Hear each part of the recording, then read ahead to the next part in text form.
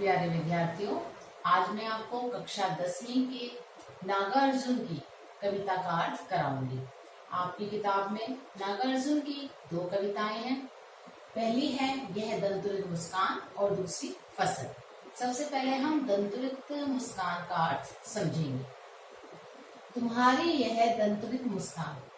बेटा, ये बेसिकली जो कविता है, ये कविता एक छोटे से बच्चे पर आधारित है। एक छोटा सा बच्चा जिसके छोटे छोटे दांत अभी आने शुरू होते हैं, वो जब हंसता है, मुस्कुराता है, तो उस समय छोटे छोटे उसके दांत दिख रहे होते हैं। तुम्हारी यह दंतुलित मुस्कान, तुम्हारी यह दांतों वाली छोटे छोटे दांतों वाली मुस्कान मृतक में भी डाल देगी जान।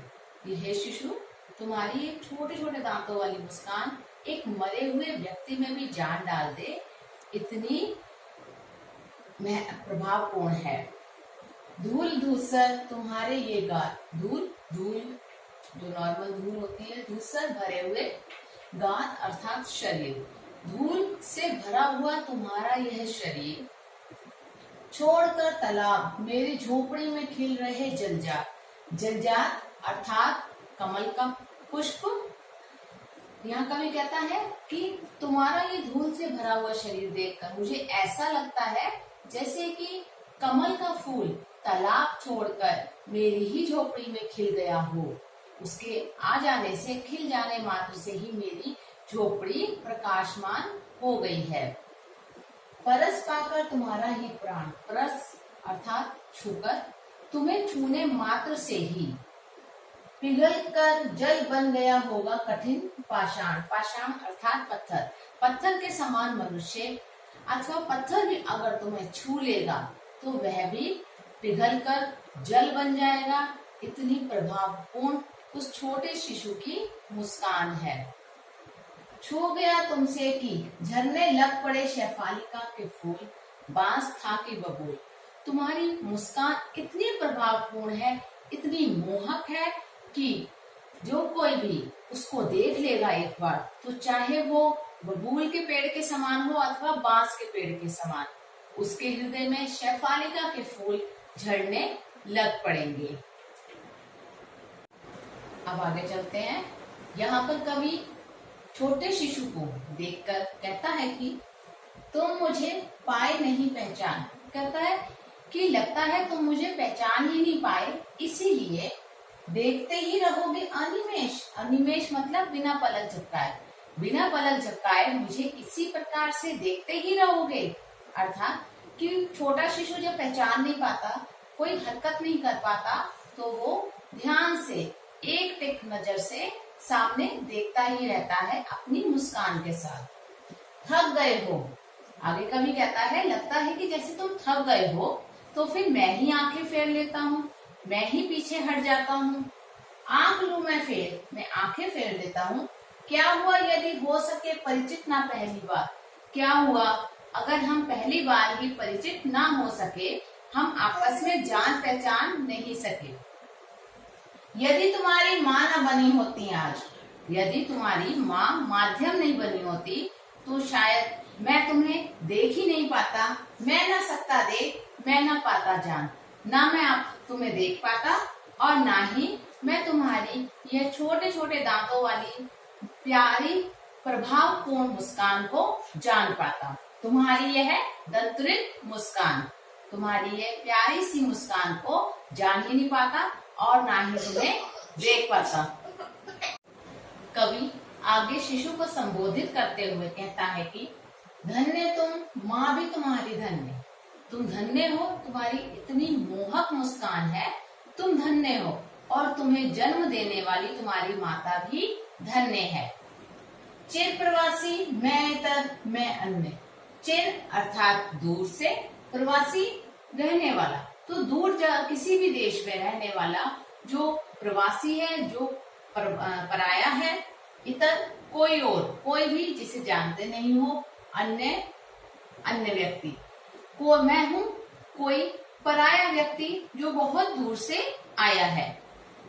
इस अतिथि से प्रिय तुम्हारा क्या रहा संपर्क, मैं अतिथि हूँ, तुम्हारे घर पर आया हूँ कुछ ही समय के लिए, तुम्हारा मुझसे संपर्क ही कितना रहा, अर्थात तुम मुझे जानते ही कितने हो, और मैं भी तुम्हें कितना ही जानता हूँ, बहुत ही कम। उंगलियां माँ की कराती रही है मधुपर्क, मधुपर्क अर्थात शहद। तुम तो केवल अपनी माता को ही जानते हो, उसकी उंगलियां तुम्हें शहद का पान कराने के समान प्रतीत होती हैं। देखते तुम इधर कनखी मार, कनखी अर्थात टेढ़ी नजर से। तुम अपनी माता की गोद में होते हो और धीरे धीरे कभी भी अपनी तिरछी नजरों से मेरी तरफ देख लेते हो। और होती जबकि आंखें चार, और जैसे ही हमारी आंखें चार हो जाती अर्थात मिल जाती हैं, तुम फिर अपनी वही छोटे छोटे दांतों वाली मुस्कान बिखेर देते हो।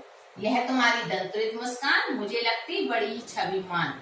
तुम्हारी यह छोटे छोटे दांतों वाली मुस्कान मुझे बहुत सुंदर लगती है, बहुत ही मोहक लगती है।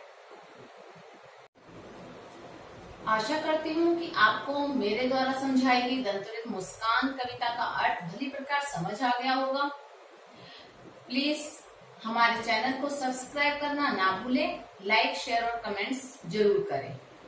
किसी भी तरह की व्याख्या या कविता से संबंधित समस्या हो तो कमेंट्स बॉक्स में लिखकर हमें जरूर बताएं, ताकि हम आगे आपके द्वारा दिए गए सुझाव को फॉलो कर सकें। तो अब आगे बढ़ते हैं बेटा। अगली कविता नागार्जुन की ही है और वो है फसल। एक के नहीं, दो के नहीं। जो फसल होती है वो एक या दो का नहीं परिणाम होती, ढेर सारी नदियों के पानी का जादू। जो फसल है वो एक दो नदियों के पानी का जादू नहीं होती, वो तो बहुत सारी नदियों के पानी का प्रभाव होती है एक फसल।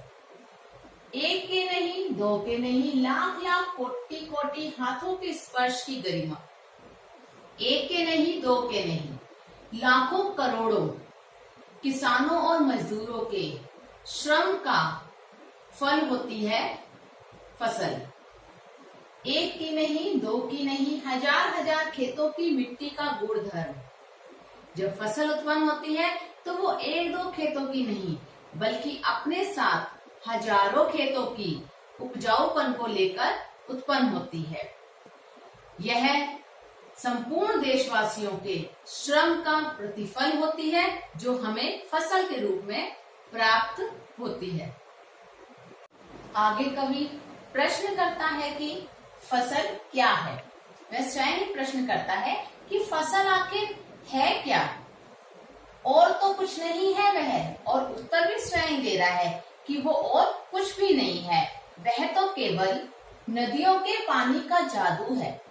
नदियों के पानी का जादू, नदियों के पानी में जो अमृत का प्रभाव होता है उसी का परिणाम होती है फसल। हाथों के स्पर्श की महिमा है। लाखों करोड़ों किसान, उनका श्रम, उनके स्पर्श को पाकर ही फसल फलती और फूलती है। भूरी काली संदली मिट्टी का गुण धर्म है। कहीं पर भूरी मिट्टी, कहीं पर काली और कहीं पर संदली, अलग अलग तीनों तरह की मिट्टी होती है और इनमें अलग अलग तरह की फसलें उत्पन्न होती हैं। इन अलग अलग मिट्टियों का जो गुण होता है, जो उपजाऊपन होता है, वह हमारी फसल के रूप में बदलकर हमें प्राप्त होता है। रूपांतर है सूरज की किरणों का। रूपांतर अर्थात बदला हुआ रूप। सूरज की किरणों का रूपांतर, बदला हुआ जो रूप है, वो फसल के रूप में सभी को मिलता है। सिमटा हुआ संकोच है हवा की थिरकन का। हवा की थिरकन, हवा का चलना जो सिमट जाती है और सिमट कर फसल में समाहित हो जाती है, वही फसल है। इस प्रकार फसल कुछ नहीं है, वो तो नदियों, किसान के स्पर्श और मिट्टियों के उपजाऊपन को लेकर उत्पन्न होती है और हम सब देशवासियों को तृप्त करती है।